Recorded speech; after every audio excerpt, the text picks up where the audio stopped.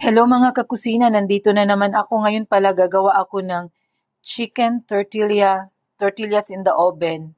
So ito yung mga sangkap, ito yung tortilla natin na bread, tapos olive oil, french fries, cheddar cheese, mozzarella, cheddar cheese, tapos ito mozzarella cheese, tapos chicken, tapos kailangan din natin ng 2 slice cheese.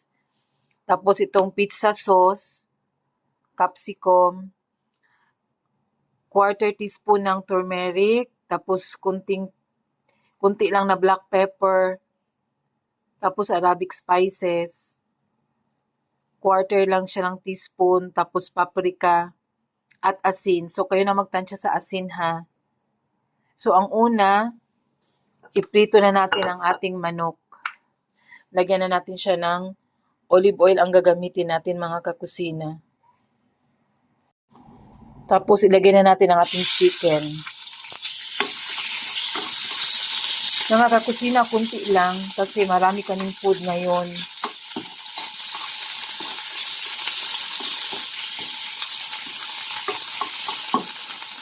Ganyan lang. Pagkatapos, ilagay na natin ang ating mga spices. Tapos, mix lang yan siya. Ngayon, ilagay na natin ang ating capsicum or bell pepper. Green ang ginamit ko. Heat muna natin for 5 minutes. Tapos, ito na yan siya. So, ngayon, ilagay na natin ang ating sliced cheese. Ganyan lang yan siya mga kakusina. Tapos, takpan natin. So, ngayon, i-mix natin mga kakusina. Okay na to siya.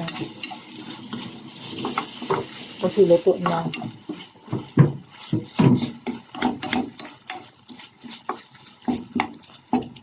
So, ngayon, ibalot na natin sa ating bread. So, ngayon, pahiran natin siya ng sauce natin. Ganyan lang mga kakusina ha.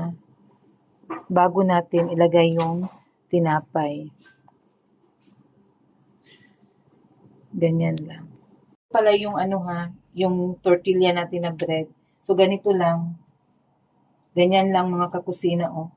Chicken, tapos french fries, ay nahulog. Tapos mozzarella, tapos cheddar. So, ganun lang. Ganyan lang siya. Ikot-ikot lang. Tapos ilagay. Tapos ito naman isa. Paulit-ulit lang mga kakusina.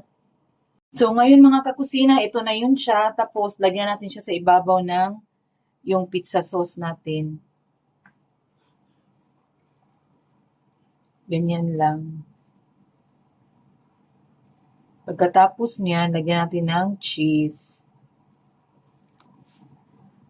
Kusina, nalagyan na natin siya lahat. Lagyan natin siya ng mozzarella cheese. Tapos, ilagay natin siya sa oven for 20 minutes. Luto naman yan siya mga kakusina. Tapos, cheddar cheese. 2 cheese.